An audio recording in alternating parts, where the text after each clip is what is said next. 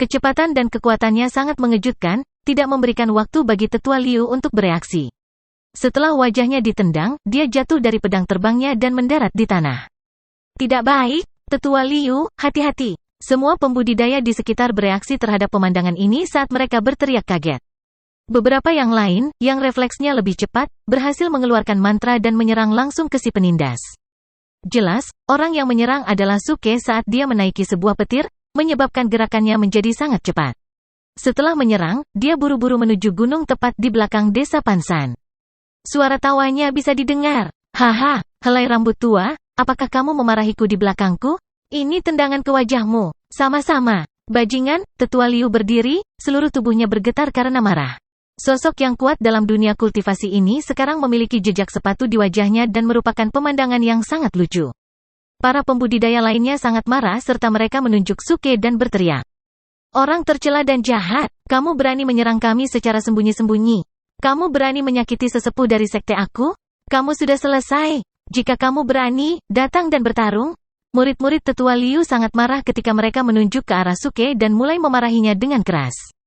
Suke mengangkat bahunya dan memandang dengan geram dan menjawab, bagaimana itu bisa dianggap sembunyi-sembunyi? Aku datang ke sini secara terbuka. Hanya saja kalian semua adalah sampah dan matamu tidak bisa mengejar kecepatanku. Kamu bajingan kecil, kamu meminta kematian. Wajah Tetua Liu berubah menjadi amarah yang buruk ketika dia mengertakkan gigi dan mengutuk. Suke juga marah, rambut tua yang jarang, tolong pikirkan bahasamu. Begitu kamu membuka mulut, kata-kata kotor keluar. Apakah ibumu mengajarkan itu? Lalu ibumu mungkin tidak memiliki banyak perilaku juga?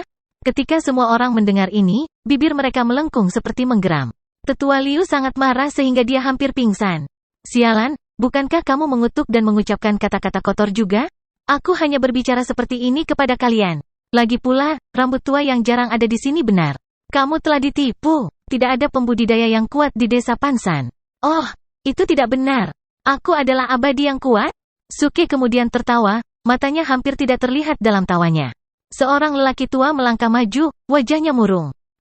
Terlepas dari apakah ada makhluk yang kuat, kamu pasti sudah mati hari ini. Apakah begitu? Suke membuka mulutnya dan melihat sinar cahaya di atas kepala dan tersenyum. Kalian banyak sampah, lihat apakah kamu bisa menembus mantraku dulu sebelum bicara. Kerumunan marah karena semua orang menyihir mantra mereka sendiri dan didakwa terhadap Suke dengan niat membunuh. Tetua Liu berdiri di sana dan tertawa, jadi mantra itu dilemparkan olehmu. Tidak heran itu terlihat rata-rata paling baik. Meskipun kamu menyebabkan kegemparan dengan melemparkan mantra, jika kamu pikir itu akan menahan kita, kamu sedang bermimpi menipu. Beberapa murid di belakangnya semua setuju dengan keras. Itu benar, Tetua Liu benar. Hanya mantra belaka dan kamu ingin menghalangi kita? Kamu hanya membual dan merayu kematian. Saat kami menembus mantramu, kami akan membuatmu memohon kami untuk mengakhiri hidupmu karena semua rasa sakit yang akan kami timbulkan padamu. Suke menjawab dengan gembira, Yo, kamu benar-benar berpikir kamu bisa menembus mantra pelindungku? Tetua Liu menggelengkan kepalanya dan tersenyum, anak muda yang bodoh. Apakah kamu benar-benar berpikir bahwa mendapatkan mantra berharga pertama kamu sudah cukup untuk menghentikan kita? Oh, sepertinya kamu yang bodoh. Aku tidak pernah bermaksud mantra ini untuk menghalangi kamu. Karena, Suke berhenti sejenak, sebagai niat membunuh yang terbangun di matanya saat dia melanjutkan, aku berencana untuk menggunakannya untuk membunuhmu. Begitu dia mengatakan ini, semua orang di sekitarnya bingung. Segera setelah itu, semua orang di gunung tertawa terbahak-bahak. Haha, apakah kalian mendengar itu? Anak kecil itu ingin menggunakan mantra pelindung untuk membunuh kita. Dasar orang bodoh. Sangat menakutkan untuk bersikap bodoh. Sekali lihat dan aku tahu anak ini belum melihat dunia nyata. Jika dia melihat mantra pelindung yang dilemparkan ke sekte aku, dia akan ketakutan setengah mati. Para kultivator abadi terus tertawa ketika Tetua Liu menggelengkan kepalanya dengan ekspresi mengejek. Bajingan kecil, sejujurnya, aku sangat mahir dan berpengetahuan luas dengan mantra seperti itu. Mantra mungil dan tidak pentingmu bisa dipatahkan olehku dalam waktu yang kubutuhkan untuk menyelesaikan secangkir teh. Bersiaplah untuk mati. Melihat semua reaksi mereka, Suke bingung ketika beberapa ketidakpastian muncul di hatinya. Sial, mungkinkah benar bahwa Four Direction Desolation benar-benar tidak sekuat yang aku bayangkan? Itu tidak masuk akal. Aku menghabiskan 80 poin penuh akting keras di atasnya dan deskripsi mantra bahkan mengatakan bahwa mereka yang berada di bawah tahap transformasi bayi akan mati jika mereka mencoba memaksa masuk. Mungkinkah para pembudidaya di dunia ini semua fasih dengan mantra dan telah mencapai tingkat elit ketika datang untuk casting dan berurusan dengan mantra? Hati Suke memiliki beberapa keraguan ketika rasa takut membanjiri dirinya. Jika kelompok orang ini benar-benar berhasil menembus mantra, itu akan menjadi bencana. Suke kemudian memalingkan matanya dan memutuskan untuk mencobanya terlebih dahulu sebelum membuat langkah selanjutnya. Dia kemudian memandangi sesepuh Liu dan berteriak ke seberang. Rambut tua yang jarang, kamu mengatakan bahwa kamu dapat menembus mantra dalam waktu yang dibutuhkan untuk menyelesaikan secangkir teh kecil. Baiklah, aku akan memberimu waktu yang dibutuhkan untuk minum secangkir teh, datang dan cobalah. Kamu lapar akan kematian. Tetua Liu berdeham ketika dia menginjak pedang terbangnya. Tubuhnya menjulang ke langit saat dia melambaikan tangannya, memanggil energi api besar ke telapak tangannya. Ledakan. Energi api menumpuk di hadapan tubuhnya saat itu membentuk pedang berapi yang tak terhitung jumlahnya dengan energi merah menyala di sekitar mereka. Mereka melayang di udara, bersiap untuk menyerang. Aku bahkan tidak perlu membuka mataku untuk mematahkan pesona perlindunganmu. Setelah Tetua Liu berbicara, dia bergumam pada dirinya sendiri. Hancurkan. Pada saat yang sama, banyak pedang yang menyala menyatu menjadi sinar merah dari cahaya yang menyala saat menerjang ke gunung di belakang desa Pansan seperti hujan. Boom, boom, boom. Pedang api menghantam sinar pesona bola cahaya, menyebabkan suara dentuman keras terdengar. Mata semua orang tertuju pada pesona yang bersinar, mencoba melihatnya dihancurkan. Wajah Tetua Liu menunjukkan senyum percaya diri saat dia menonton. Setelah waktu yang dibutuhkan untuk menyelesaikan secangkir teh telah berlalu dan semua pedang api telah habis, layar pelindung yang cerah tampak persis sama, tidak bercela dan tidak rusak. Seolah-olah serangan berapi-api itu tidak terjadi. Untuk sepersekian detik, ada keheningan total dan benar-benar. Senyum Tetua Liu membeku di wajahnya. Suke berhenti untuk mengantisipasi sebelum dia tertawa. Haha, menerobos pesona, rambut tua yang jarang, apakah kamu bercanda? Pipi dan telinga Elder Liu memerah, amarahnya membara di dalam dirinya. Para pembudidaya di sekitarnya juga merasa malu. Hal ini sangat memalukan dan memalukan bagi mereka. Hanya saja, bagaimana itu bisa terjadi? Pengetahuan dan pengalaman Tetua Liu dalam mantra semacam itu sama sekali tidak berarti. Bagaimana gorengan kecil seperti ini bisa menghasilkan mantra pelindung yang tidak akan pecah? Kecuali ada sesuatu yang mencurigakan di belakangnya? Iya, makhluk abadi yang kuat bosan. Suke menghela nafas dan menatap ke langit saat dia menghela nafas dengan bosan. Katakan padaku, jika kalian bahkan tidak bisa menembus mantra kecil seperti ini, bagaimana kamu bisa berani berbicara banyak omong kosong di luar dan berbicara tentang membunuhku? Klak-klak, ayo, aku menunggu untuk membunuh kalian semua.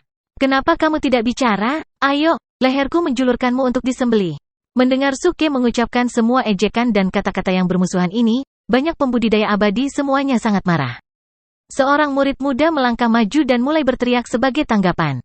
Jika kamu punya nyali, keluar dan hadapi kami. Jangan bersembunyi di dalam mantra seperti kura-kura pemalu. Itu benar. Berhentilah bersembunyi di mantra dan ucapkan kata-kata seperti itu. Jika kamu benar-benar mampu, keluar dan bertarunglah dengan baik. Tepat sekali. Jika kamu punya nyali untuk keluar, aku akan bertarung hanya dengan satu tangan. Semua murid di sekitar memiliki kilau di mata mereka ketika mereka mulai menanggapi Suke dengan penghinaan dan membuat mereka marah. Beberapa tetua sekte mengangguk setuju, berpikir bahwa ini bukan ide yang buruk. Para pemuda berdarah panas ini muda, agresif dan kuat. Mereka tentu tidak akan bisa mentolerir penghinaan semacam itu. Begitu Suke melangkah keluar dari pesona, mereka akan menyerang seperti kilat dan menjatuhkannya. Namun, Suke tampak sangat tenang dan tidak terganggu oleh hinaan yang dilontarkan padanya. Dia perlahan berjalan ke sebuah pohon besar dan duduk di bawahnya dengan kaki bersilang. Dia kemudian mengangkat kepalanya, mengarahkan hidungnya ke langit dan memancarkan pandangan arogan. Apakah kamu pikir kamu memiliki kemampuan untuk bertarung dengan makhluk perkasa seperti diriku? Para pembudidaya abadi marah dengan kata-kata ini ketika beberapa tetua menggeram dengan marah. Sial, aku belum pernah melihat orang yang tak tahu malu seperti itu. Hanya panggung inti bantalan dan dia berani menyebut dirinya makhluk yang kuat di depan para kultivator di panggung inti emas. Tetua Liu berdeham dan berteriak ke seberang. Karena kamu tidak berani keluar, tetap saja di sana dan sembunyikan dirimu. Setelah hari ini, kita akan mengirim orang ke sini untuk menjaga daerah ini setiap hari. Kamu dan penduduk desa kamu tidak akan pernah bisa meninggalkan tempat ini. Suke mulai tertawa dengan gila-gilaan. Haha, aku tidak punya niat untuk bersembunyi. Hanya saja aku benar-benar ingin menguji kekuatan mantra pelindung ini. Selain itu, sudah jelas bahwa mantra yang aku buat adalah pada liga yang berbeda dari mantra kotoran anjing yang kamu gunakan untuk melindungi dirimu, sekte sendiri. Petik 2. Oh benar, jangan berasumsi bahwa hanya karena kamu berdiri di luar mantra, kamu akan aman dari itu. Karena, kamu masih dalam jarak serang dari mantungku. Begitu kata terakhirnya diucapkan, dia mengambil sesuatu dari dalam lipatan jubahnya. Itu adalah jimat untuk mantra penghancuran 4 arah. Dengan menggunakan 2 tangan, dia menekan titik selatan jimat, di mana simbol burung pipit itu. Ledakan. Seketika, penanda terdekat dari tempat ia bergemuruh ketika seberkas sinar terang melesat ke langit. Tempat yang diwarnai dengan darah dari burung gereja merah gemetar saat sosok padat muncul dari tanah. Berangsur-angsur membentuk garis-garis burung gereja, ketika sinar cahaya berputar di sekitarnya. Setelah beberapa napas, suara melengking yang keras bisa terdengar ke segala arah. Para pembudidaya abadi di sekitar tercengang dan tidak bisa membantu tetapi gemetar ketakutan. Segera setelah itu, seekor burung gereja yang dikelilingi oleh nyala api meletus dan terbang ke arah para pembudidaya abadi, menakuti mereka dari akalnya. Meskipun ukurannya agak kecil, itu adalah hantu yang tampak megah yang tertutup api. Saat bentuknya terbentuk, ia menyerang para pembudidaya, yang menatap dengan mata terbelalak. Apa itu? Apakah itu binatang mitos kuno, burung phoenix? Bagaimana? Bagaimana mungkin? Bagaimana mungkin ada phoenix di sini? Pada titik ini, semua orang dilemparkan ke dalam gelombang kebingungan dan kepanikan ketika mereka berteriak ketakutan. Suke berdiri di samping saat dia mengoperasikan jimat, tertawa terbahak-bahak. Idiot! Ayo, kalian semua datang ke sini. Biarkan aku memberi kamu banyak pendidikan. Ini disebut burung gereja Vermilion. Bagaimana kamu bisa menyebut diri kamu pembudidaya abadi jika kamu bahkan tidak tahu itu? Kamu sekelompok udik yang tidak disembunyikan. Kamu bahkan tidak dapat membedakan antara seekor burung pipit dan burung phoenix. Jika aku adalah pemimpin sekte kamu, aku akan mengeluarkan kamu semua dari sekte aku. Sangat memalukan. Suke tampak sangat puas saat dia ingin melanjutkan kesibukan dan pelecehan verbal. Namun, sepertinya tidak ada yang peduli tentang dia sekarang. Beberapa tetua yang hadir semua sangat ketakutan ketika mereka melihat penampilan burung pipit merah tua dan berusaha sekuat tenaga untuk melarikan diri. Tidak bagus, mari kita melarikan diri. Kembalilah dan temukan sekte surgawi. Hal ini di luar kendali kita dan bukan lagi pertarungan kita. Cepat, mundur. Di bawah komando, semua orang di sekitar memanggil pedang terbang mereka dan melayang ke udara ketika mereka berusaha melarikan diri. Tidak jauh dari sana, 3 sinar tambahan muncul dari langit. Raungan beberapa binatang buas terdengar di langit. Seekor naga hijau besar terbang dari jauh saat naga itu merayap dengan anggun di udara. Itu sangat besar sehingga hampir seolah menghalangi seluruh langit dari pandangan. Seekor harimau putih berotot dan besar berbingkai melesat melewati hutan dengan kecepatan cahaya dan berhenti di samping Suke. Harimau itu melotot tajam pada kelompok pembudidaya abadi. Pada saat berikutnya, sebuah gunung tampaknya bergerak ke arah mereka. Ketika mereka melihat ke atas, mereka menyadari bahwa itu adalah kura-kura hitam besar. Pada saat itu, mereka dikelilingi oleh binatang mitos besar. Semua orang bingung. Kuno. 4 binatang mitos kuno. Ya Tuhan, bagaimana ini bisa terjadi? Ada catatan kuno tentang makhluk semacam itu yang pernah ada sebelumnya. Tapi belumkah mereka terbang ke dunia spiritual dari sini? Bagaimana mereka bisa muncul di sini sekarang? Semua orang ngeri melihat pemandangan yang menyambut mereka.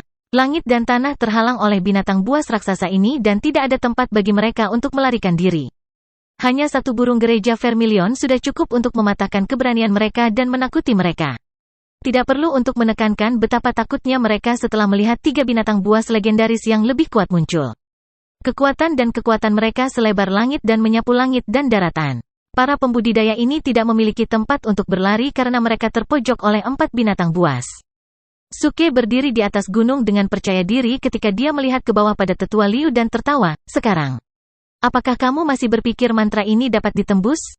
Tidak mungkin, sama sekali tidak mungkin. Dengan tingkat kultivasi kamu, bagaimana kamu bisa menyihir mantra yang begitu kuat? Tetua Liu sangat ketakutan.